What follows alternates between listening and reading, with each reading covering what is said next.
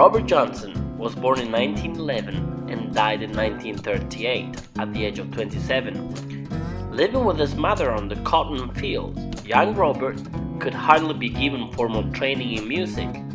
He was less known about artists until his recordings of 1936 and 1937 were reissued in the year of 1961 through an album called King of the Delta Blues Singers. According to one of his school friends, Robert was known to play the harmonica and Joe harp well. His style of singing and playing the guitar is seen to have influenced many future instrumentalists. He is today considered the master of Mississippi Delta blues style. Eric Clapton called him the most important blues singer that ever lived.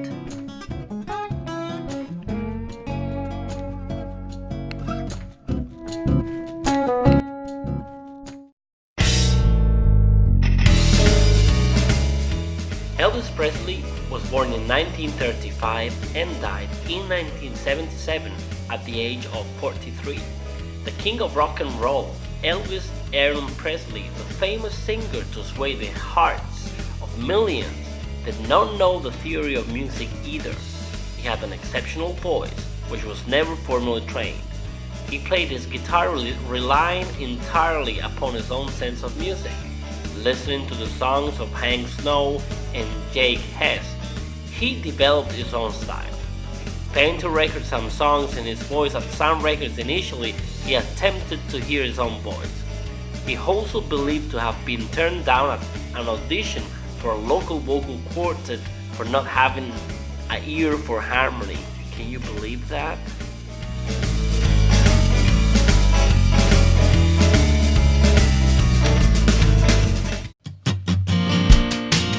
Well, we have the Beatles.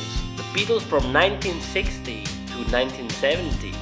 Well, John Lennon lived from 1940 till 1980. George Harrison lived from 1943 till 2001. Paul McCartney was born in 1942 and Ringo Starr was born in 1940, and both of them are still alive. Well, who does not know them? But not many know that this band of four did not know how to read and write music. Yes, I know, it sounds unreal, doesn't it? It is a fact though.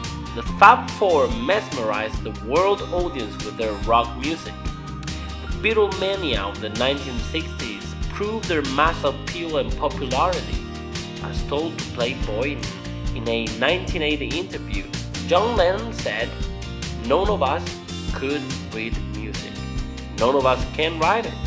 But as pure musicians, as inspired humans to make the noise, they are as good as anybody," when speaking of Paul and Ringo.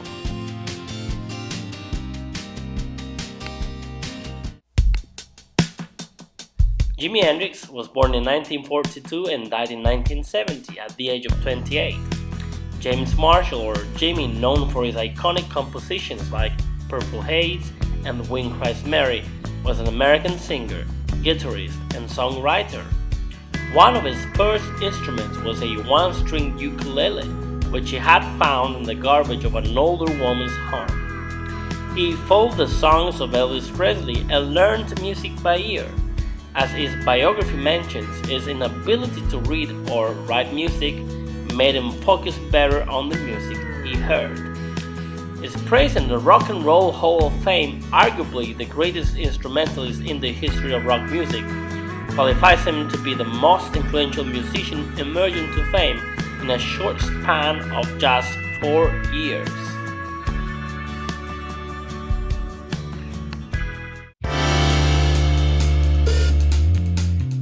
Tony Williams was born in 1945 and died in 1997. Anthony Tillman Tony Williams was one of the most influential American jazz drummers. Innovator of the groundbreaking jazz fusion, he became famous in the 1960s through the band of trumpeter Miles Davis. In his autobiography, Davis talks about Tony to be the center that the group's sound revolved around. Alan Dawson, a well-known and respected percussion teacher in Boston, was Tony's teacher too when he was a kid. Still, he did not know anything about notations.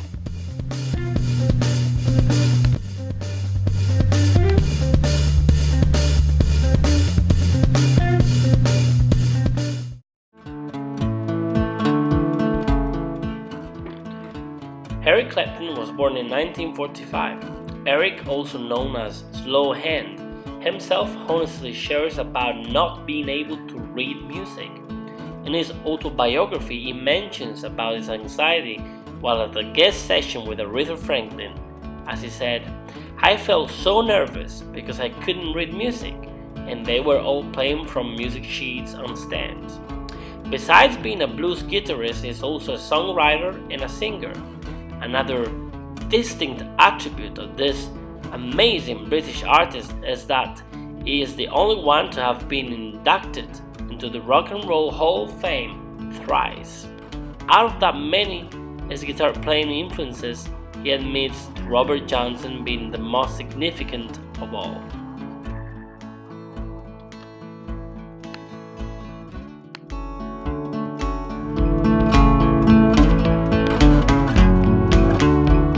Stevie Ray Vaughan was born in 1954 and died in 1990. A popular electric guitarist in the history of blues music, he is described by AllMusic as a rocking powerhouse of a guitarist who gave blues a burst of momentum in the 80s, with influence still felt long after his tragic death. His older brother, Jimmy, was his inspiration for taking up the guitar when he was just 7, also for trying instruments like drums and saxophone. He learned entirely by ear, listening to songs by Nightcaps and blue artists like Albert King or Otis Rush and rock guitarists like Jimi Hendrix.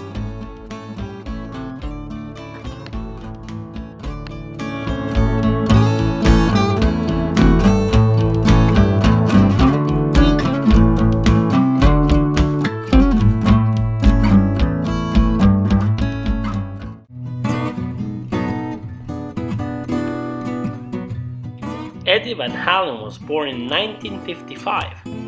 Edward Ludwig, I hope I pronounced it well, or Eddie, is an American musician who was born in the Netherlands. Popular as a lead guitarist, he founded Van Halen, the rock band. His father was a clarinetist and saxophonist and pianist. He learned how to play the piano along with his brother. Eddie could never read music, and he learned by watching and listening, as told in an interview. After hearing his brother play the drums at a performance, he changed from playing a drum kit to a guitar. Listening to recitals of Bach and Mozart, he tried to reproduce them without any practice.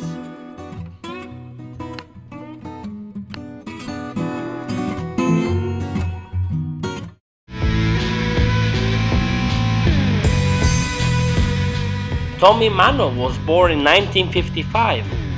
Known as a virtuoso guitarist and songwriter, William Thomas, or Tommy Emmanuel, learned to play the guitar from his mother since he was 4 years old. He had never otherwise received any other formal instruction. He has never been able to read music. Nonetheless, performing with the family band as a professional by the age of 6, he would not perhaps feel the need to learn it the theoretical way.